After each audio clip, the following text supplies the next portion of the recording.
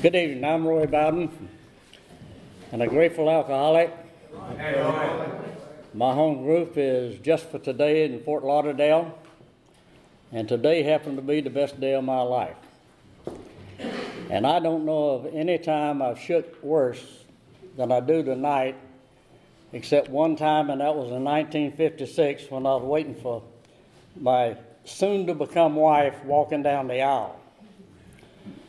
And it reminds me that when I was in the service, there was a story going around that the officers was meeting, and they had the Protestant chaplain walked in, and the Catholic priest was at the bar having a drink. And the Protestant chaplain walked up to him and said, "Father," said, "what in the world's going on?" Said, "I just can't believe you're sitting there drinking." And he kept going on and on. And finally he said, in fact, he said, "I'd rather be caught in a house of ill repute." And Father said, "I had too, but we was only invited for cocktails." Well, I thought I was coming here for the conference tomorrow. And I called Tom this morning. They asked him to make sure what time the meeting started. And they said, "You know you're speaking tonight." I said, "No." And he said, "Well, welcome home." So sometimes that's the way it happens, you know. This is home. This is where I met this wonderful lady, and this is where we were married and lived here for quite a few years. And I was born in a little town not too far from here, Benson, Mule Town, a long, long time ago. And then we moved to Southern Pines. And, you know, I remember my first drink. In fact, it was in Benson. And the building is still there. And that was 1945. And the drink that I had came out of a mason fruit jar.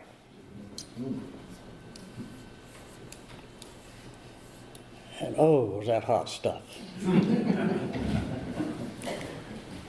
And so I needed another one to cool that one off. And that was enough for that night. And that started me on a journey that lasted a lot of years. I have no idea when the next drink was periodically. I was 14 years old. We moved to Southern Pine in 1947. And drinking was more readily available here than it was in Benson. And it just went from bad to good and good to bad and get worse. And it went on for a lot of years. I went into service, and I got in some trouble in the service from drinking. I got out of the service, and I came back to Southern Pines. I got married, and I went back into service, got married, went overseas. And everywhere I went, liquor did the same thing for me that it did that first drink in 1945. Regardless of what country it was, it still gets you drunk.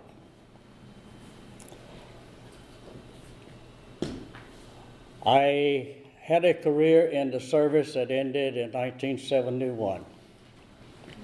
And we moved to Florida, and I had a pretty good job with a pharmaceutical company. Did pretty well. It allowed me to drink when I wanted to, more or less, except when I was with the managers. And I was pretty much on my own.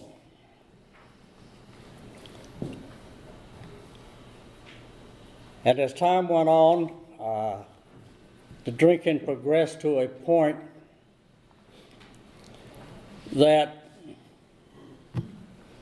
I've heard it said if your drinking is interfering with your job, you might have a problem.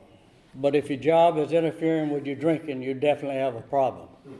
My job was interfering with my drinking, so I quit. I retired. And I made a career full-time drinking. And things weren't too well, so Joan found me a job. And I applied for the job and got it. It wasn't the best job in the world. I was a courier for a blood bank, and I thought that allowed you to continue drinking, which I did. And so I retired early from that job rather than to be fired. I got another one, I retired early from that job. And I got another one, I retired from that. And I the drinking had got to that point where it was nonstop. I could stop about a minute and then had to go back again. And I had been admitted to the hospital the 1st of July of 1990. And the kind doctor admitted me under the diagnosis of severe sinus infection.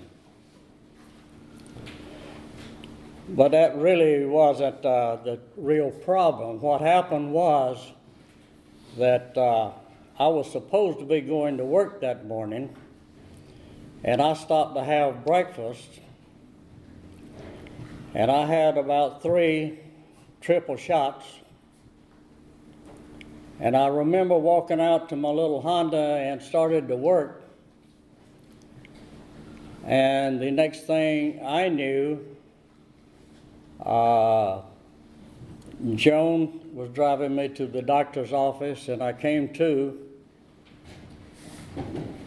The doctor was joking with me and gave me a prescription, I believe. And we were on the way home, and my granddaughter was in the car. I was talking to her, and I went into another blackout. And the next thing I remember, I was in the emergency room or in a hospital bed. I can't remember which. But anyway, they had tubes running out every hole in my body and some new ones they put in. And that was July 1990. And the doctor came to my room. And he told me that when he discharged me on a Friday, he said, "You got 2 choices. You can go back to drinking if you want to, or you can go to AA and do what those people tell you to do." But he said, if you go back to drinking, he said, if you're a lucky man, you might live 6 weeks. And I would have bet you the barn and everything in it that I'd never drink again. And that lasted, from what my wife tells me, 1 week. And for the first time in her life, she was ready to go buy it for me. I picked up that 1 drink, and I drank day and night until August the 24th, 1990. And according to my wonderful wife, Joan, at 9:45 p.m., August the 24th, 1990 was my last drink. And only by the grace of God, I haven't picked up.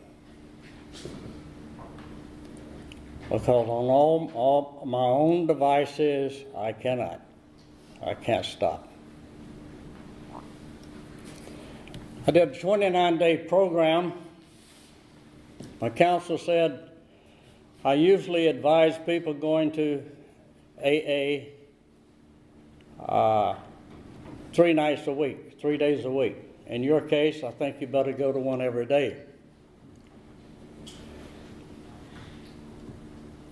So I did. I went to a meeting every day. And man, when someone in the rooms, I hear them say today, just don't go to meetings and don't drink and everything will be all right. I just have to really be quiet because I know what it'll do for you. Because it almost killed me, but just going to meetings and not drinking.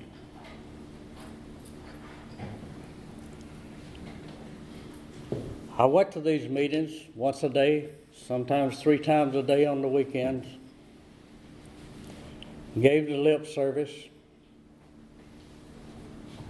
and was more miserable than I was when I was drinking. And someone, I have no idea who it was, convinced me to go to a big book seminar with Joe and Charlie.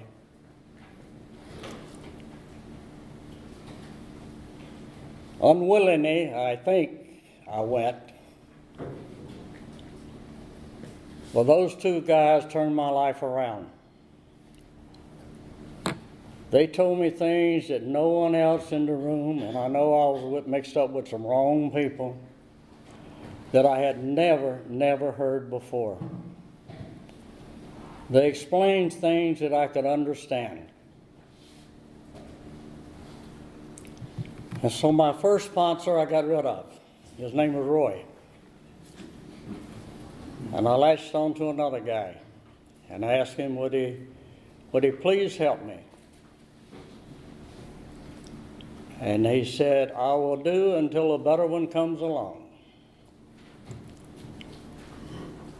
And then he gave me a set of orders and not directions. This is what you will do. And if you do these things the way I tell you, we'll walk you through this hand in hand. And you know, I came in here and you were talking about God.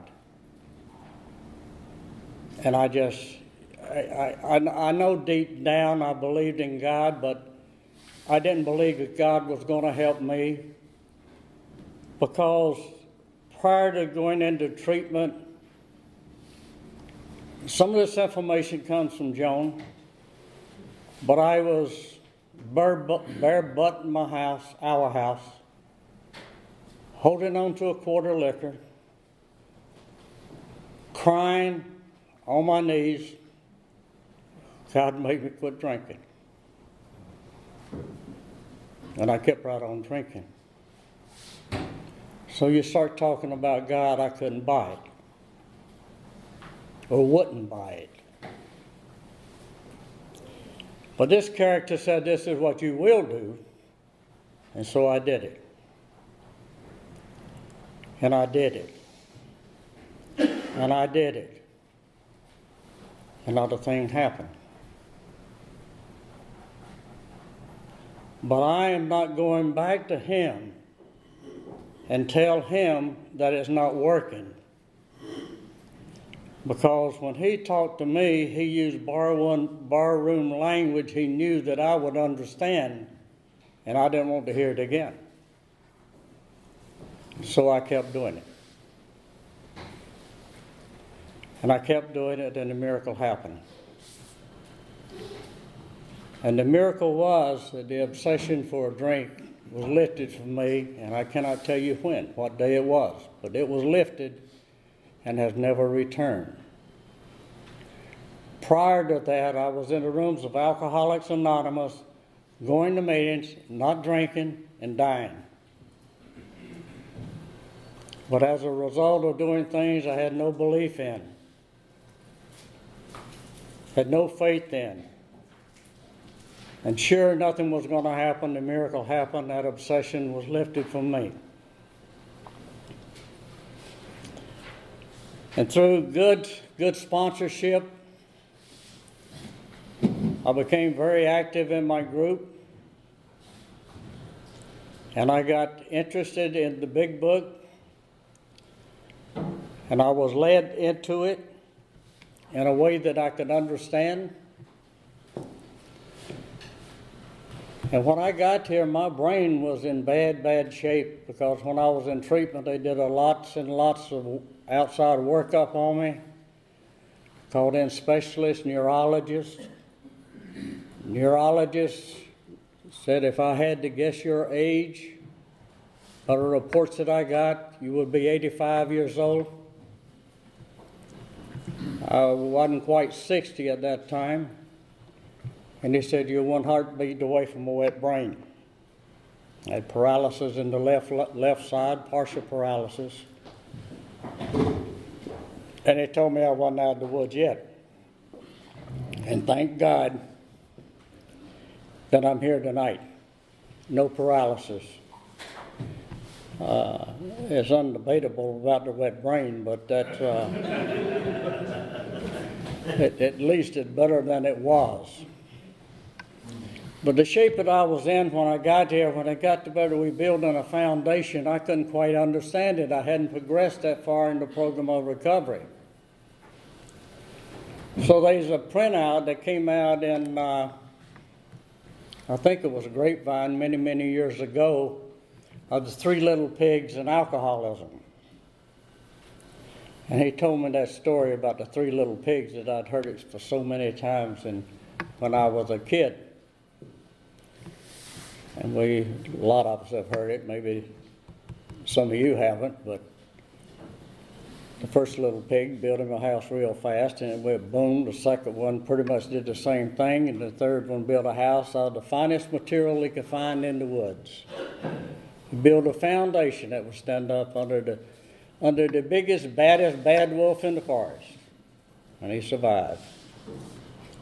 And he sat down and told me that story, and then explained the foundation of AA. And it got me involved. So I started on this journey of recovery. And it's been a journey that I wouldn't trade for anything.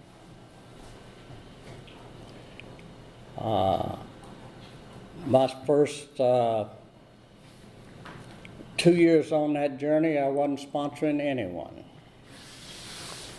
I was just trying to learn more about it, get really involved in it, and learn what was wrong with me.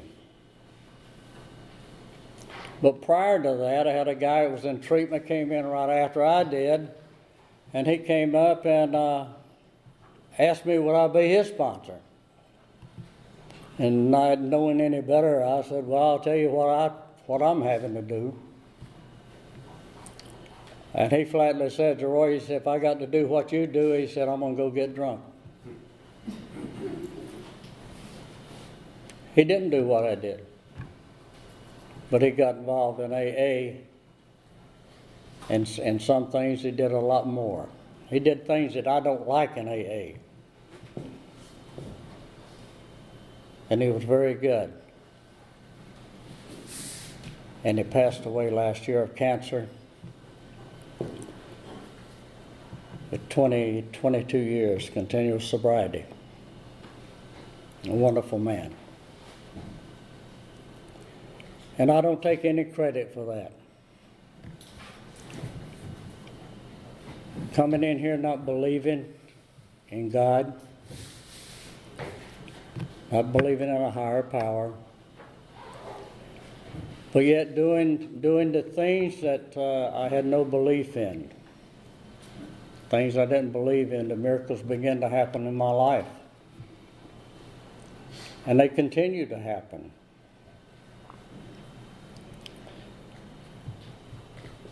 This first home group I had became so disorganized that as all groups, one gets away from the traditions, it went belly up. It took a lot of years. And I was at a men's meeting one night, and after the meeting, I said, before it went bellied up, I said, I cannot return to a meeting of this type. So a group of the guys were standing around talking, and they said, well, why don't you just start a group? And I said, why? They said, because you're retired and you've got time to go find a place to start it. And so I did that. And we started off with, I think it was 6 of us. I had never been involved in anything like that. So I was visiting here in Southern Pines, and I cornered Tom, and I asked him for some directions. And he pulled out the list of things that they discussed when they started this group. And I took it back, brought it before the guys that I had, and we sat down and we had it all drawn up, and that's the way we tried to run that group. I did say try, because most of the people there were not willing to go to that extreme. It's still going on, still a fairly decent group. They don't tell them just don't drink and go to meetings, but it could be much, much stronger. So today, I'm involved in things, and when I'm on my home turf, I know the meetings, I know the ones I go to and what time to start. But this morning I just could not figure it out. I didn't know where it was 7 o'clock, 8 o'clock, and then I happened to remember that Tom told me one year, I said something about 8 o'clock, and he said, no, that's too late, old folks can't make it. Don't know who he was talking about, I think I do.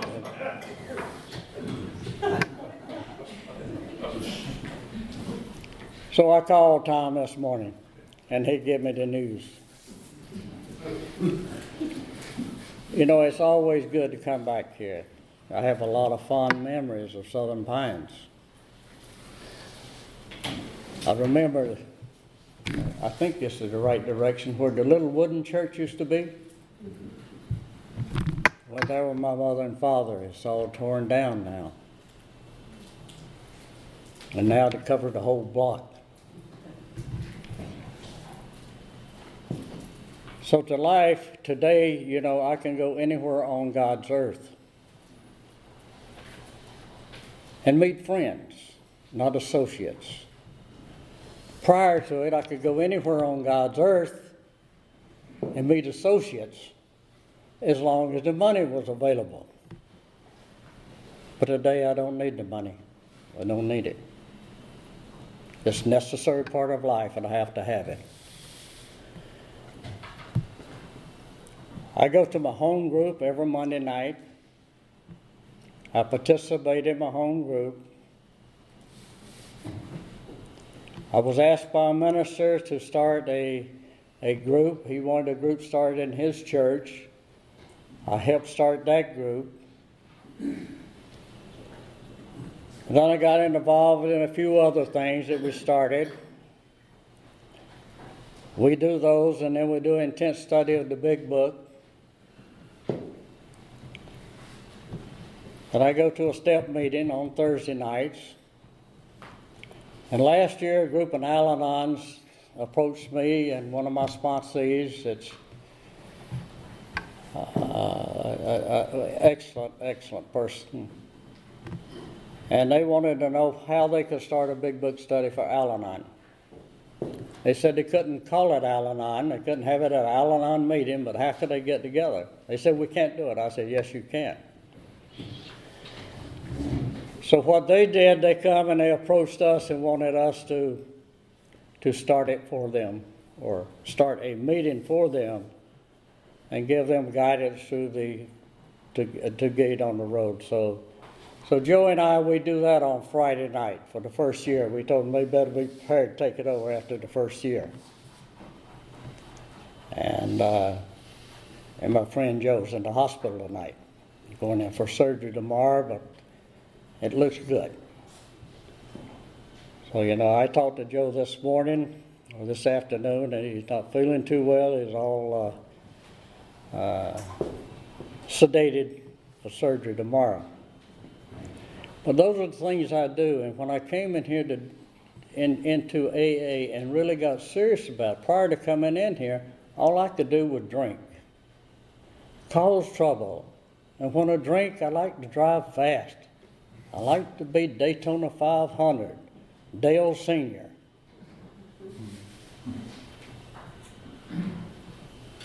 And a long time ago, I was out in California, and I raced a lot, or tried to. Always drunk. Always got caught with the cops, and always got a ticket for speeding, but no DUIs. And how that happened, I have no idea. It got so bad I had to sell my car. I couldn't pay the tickets. Navy didn't pay that much. And then we go to town, got kicked out of the bar when it closed at 2 o'clock in the morning. And I got picked up, but the MPs got locked up for drunk walking. I don't know how to figure that one out. And I got a court martial over that on top of it, so I had to pay out some more money. So my life was a mess when I came in here, and today I can actually say is the best day of my life because I got up this morning. And I felt good. I remember going to bed last night. I remember who I went to bed with. And I won't say any more. But I got up this morning and I was thankful to be able to open my eyes and put my feet on the ground. Not roll out of bed on all fours and looking around underneath the bed trying to find the bottle. So the days that I get up today, the days that I do God's will, that's the days that I have a perfect day, and I can say, this is the best day of my life. I'll close with this. My memory is very, very short, and I know when on God's earth I can remember this. Drinking from my saucer. I've never made a fortune, and it's probably too late now. But I don't worry about that much, because I'm happy anyhow. And as I go along life's way, I'm reaping better than I sow. I'm drinking from my saucer, because my cup overflows. Haven't got a lot of riches, and sometimes the going's tough. But I've got loved ones around me, and that makes me rich enough. I thank God for His blessings and the mercies He has bestowed. I'm drinking from a saucer because my cup has overflowed. Oh, remember times when things went wrong, my faith were somewhat thin. But all at once the dark clouds broke and sun peeped through again. So Lord, help me not to gripe about the tough roads that I have hoed. I'm drinking from a saucer because my cup overflowed. If God gives me strength and courage when the way grows steep and rough, I'm not asking for other blessings because I've already blessed enough. And I may never be too busy to help others bear their loads, that I keep drinking from my saucer because my cup overflows. God bless you.